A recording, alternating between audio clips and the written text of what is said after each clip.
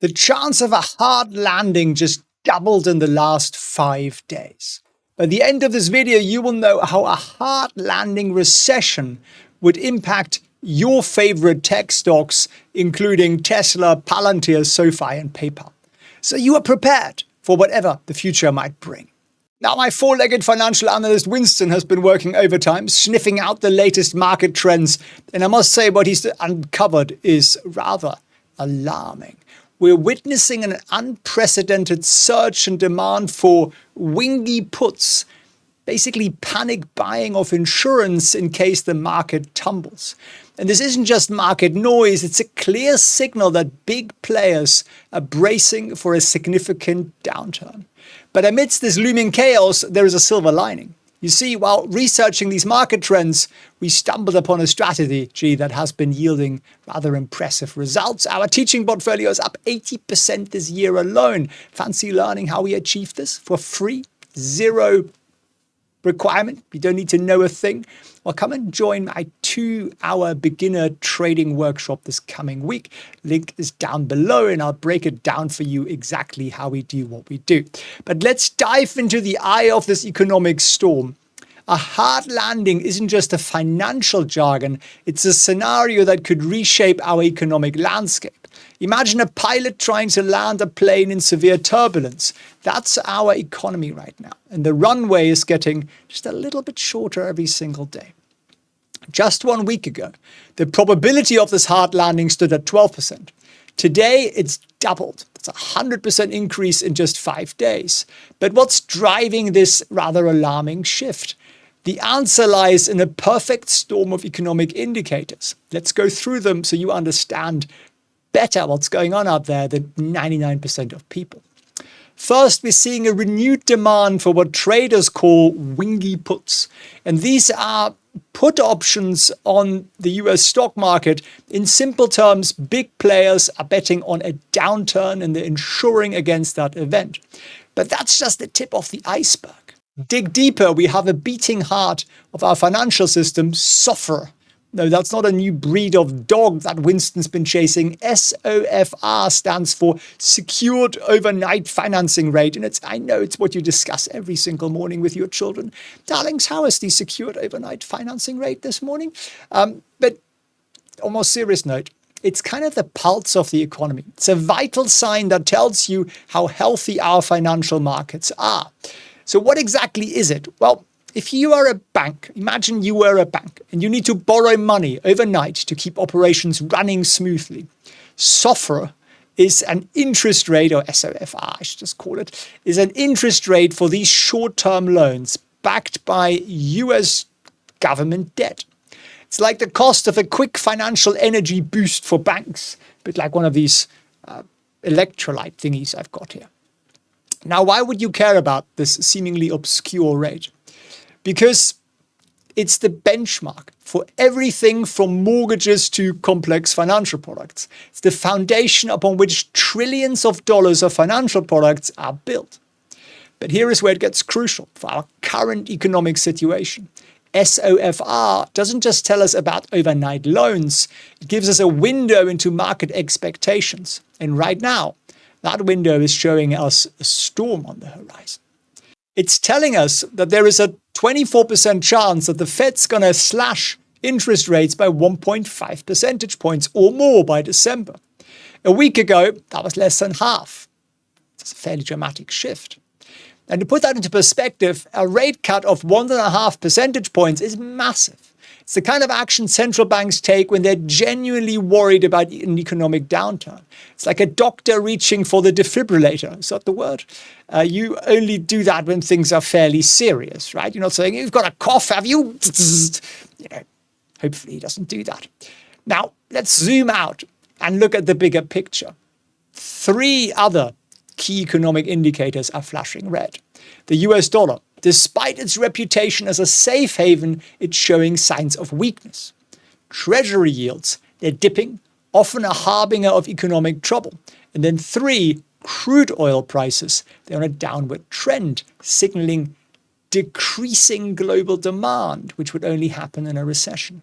Together, these indicators are fueling fears of a looming recession. But there is more. The options market is giving us even more cause for concern. We're seeing something called the equity index skew firming up. Put skew is re-steepening. Okay. In layman's terms, investors are scrambling for downside protection. That's basically it. And all of this is building towards a potential unpleasant scenario as we approach September.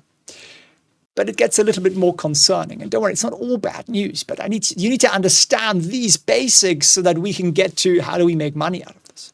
If certain market levels are breached, we could see what's called an accelerant flow in the downside. Sort of a domino effect where one fall triggers a cascade of selling. And all of this is happening against the backdrop of critical events. The Jackson Hole Symposium just behind us, Nvidia earnings, non-farm payrolls, CPI data, Fed decisions, they're all happening right now. And each of these has the potential to be the spark that ignites our economic powder keg. Now let's turn our attention to what many consider the backbone of our economy, the manufacturing sector. And I'm afraid the prognosis isn't that good. The latest S&P Global Flash PMI data for August paints a rather grim picture. The manufacturing PMI has plummeted to 48, an 8-month low. For those unfamiliar, PMI stands for Purchasing Managers Index, and any reading below 50 indicates contraction, read recession. Now, while manufacturing is stumbling, the services sector is showing remarkable resilience. The services business activity is at 55, a 2-month high. A stark contrast is creating an economic tug of war that's keeping policymakers up at night. Which way is it going to go? But why does this matter so much? Because manufacturing isn't just any sector. It's a leading economic indicator. Think of it as the canary in the economic coal mine. When manufacturing sneezes, the rest of the economy often catches a cold.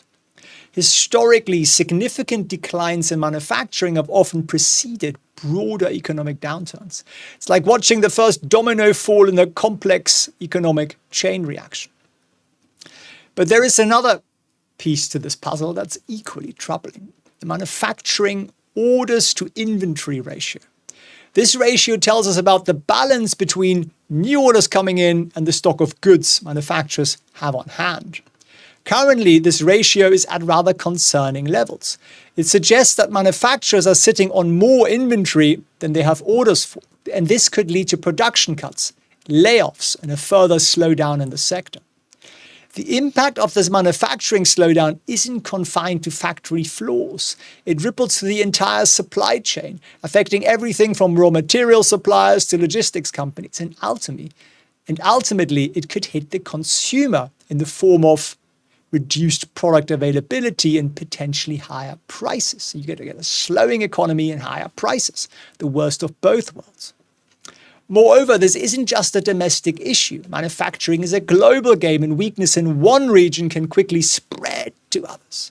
The interconnected nature of modern supply chains means that hiccups in one country, especially when that country is as big as the US, can cause disruptions worldwide.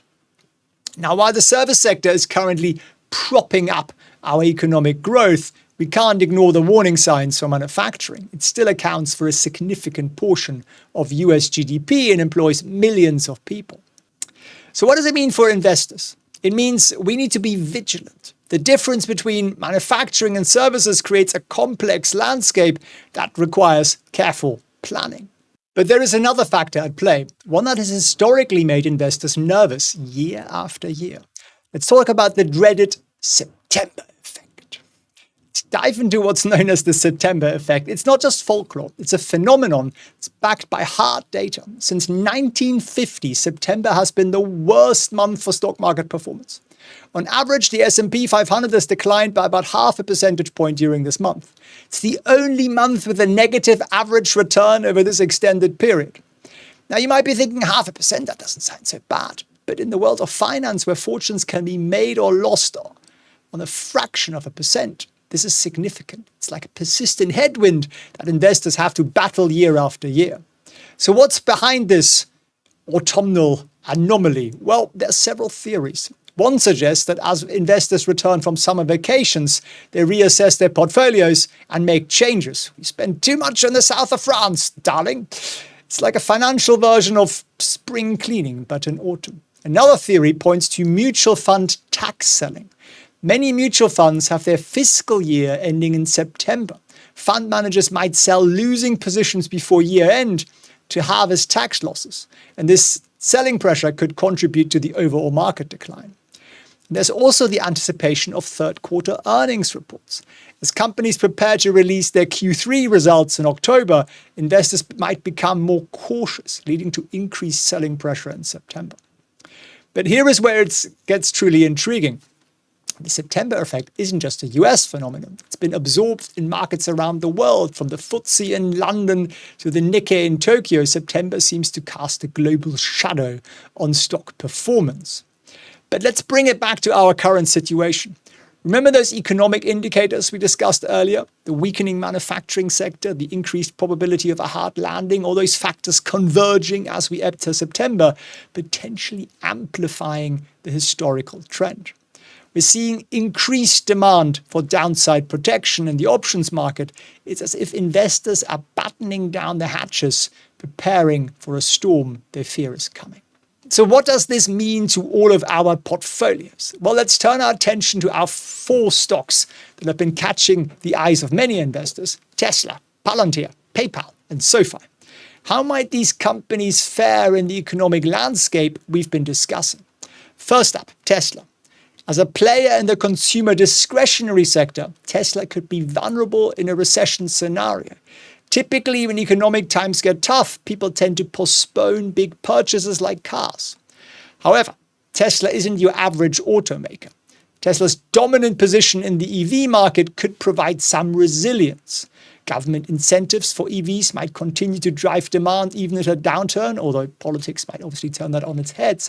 And Tesla's diversification into energy products and so on could provide an additional buffer. And let's not forget Tesla's substantial cash reserves and ongoing improvements in production and everything else. It could help them weather this storm. You could also argue that given that Tesla seem to be the cheapest cars to run out there as of latest data, people might actually switch to a more affordable model, because it doesn't really matter who you pay that $500, $700 a month to in car leasing fee.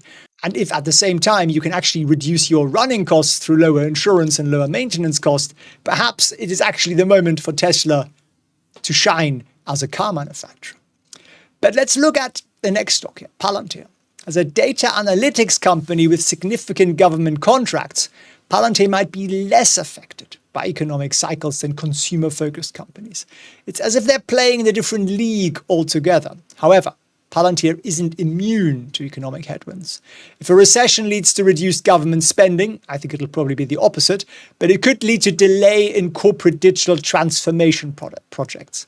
Palantir could see some slowdown in revenue growth.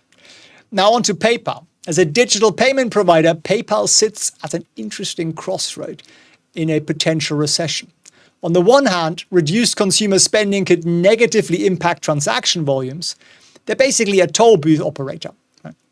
And if there are fewer cars coming through the road, on the road through the booth, you get what I'm trying to say, then you collect less money.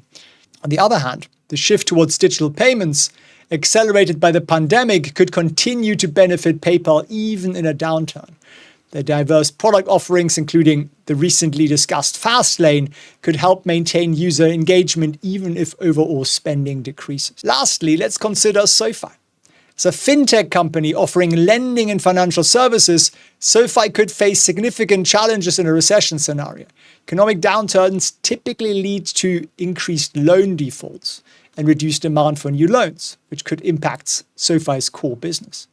However, SoFi's banking charter could provide some stability, and their focus on younger tech-savvy consumers might also provide some resilience, as this demographic may continue to seek digital financial solutions even in tough times and are less affected because their incomes levels are pretty good. Now, it's crucial to remember that all 4 of these stocks have shown significant up and downs, you might have noticed. They're generally considered growth stocks, which can be more vulnerable during economic downturns as investors shift to value when they freak out. It's like the high-performance sports cars on an increasingly bumpy road with some potholes. However, all four companies are known for their innovation in their respective field, and it could provide some insulation from the headwinds. And if you have a long enough time horizon, you might actually enjoy a recession with a bit of a market dip. I actually do, and it's taken me years. I used to freak out when my portfolio dipped. Now I actually smile because I have an extra income stream, so I can put extra money into the market and buy wonderful companies at lower prices. Now, as we've explored today, the economic landscape is complex and potentially challenging. We've seen manufacturing sector weakening, acting as that canary in the coal mine. We've discussed the historical September effect and the potential impact on market performance. And we looked at how all of these factors might influence stocks like Tesla, Palantir, PayPal, and SoFi. It's crucial to remember that while these scenarios are possible, they're not set in stone. The economy is a mash of lots of factors, not least what the Fed's going to do, how much money the US government is going to spend. And those things could change the outcome. No matter who wins the presidential election, it looks like they're going to continue with crazy levels of spending and possibly tax cuts if Trump gets in, both of which should be good news for the market, though the higher corporate taxes floated by Democrats certainly would not be. But remember, every market dip, every economic challenge presents an opportunity for the prepared investor. It's like being a savvy shopper at a sale. You get more value for your money. History has shown us time and time again that markets recover. Those who keep a cool head and make informed decisions during downturns often reap the rewards when the tide turns. If you want to learn more about how we do that, as I mentioned earlier, we're up 80% already on our teaching portfolio this year. You fancy learning how we achieve those results, come and join our beginner trading workshop this coming week at 8 p.m. on Tuesday, I want to say, but I'm not entirely sure if that's the right date or time. It is, however, down below in the description. So click on that link and grab yourself a free seat while they're still available. Thank you for joining me on this economic journey through our favorite stocks. And until next time, keep your eyes on the markets. And I hope to see you on the next video. Have you ever kicked yourself for missing out on a golden investment opportunity? Imagine if you could turn back time and grab shares of certain e-commerce giants for just $1,000 in 1997. You'd be sitting on millions today.